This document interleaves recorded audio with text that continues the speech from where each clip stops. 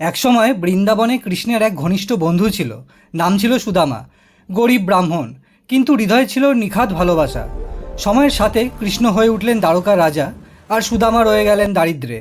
একদিন সুদামার স্ত্রী এসে বললেন, যাও কৃষ্ণের কাছে গিয়ে একটু দেখা করো। সুদামা এক মুঠো চিড়ে জোগাড় করে নিয়ে কৃষ্ণের কাছে গিয়ে হাজির হলেন।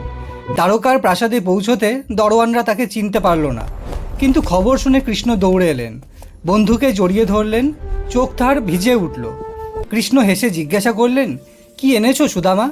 লজ্জায় কিছুই বলতে পারলেন না সে। কৃষ্ণ নিজেই তুলে নিলেন চিড়ে আর বললেন, এটাই আমার জীবনের শ্রেষ্ঠ ভোজ। সুদামা কিছুই চাইতে পারলেন না, চুপচাপ ফিরে গেলেন নিজের কুঁড়ে ঘরে। কিন্তু সেখানে দেখা গেল এক অলৌকিক দৃশ্য। কুঁড়ে ঘর বদলে গেছে এক রাজপ্রাসাদে।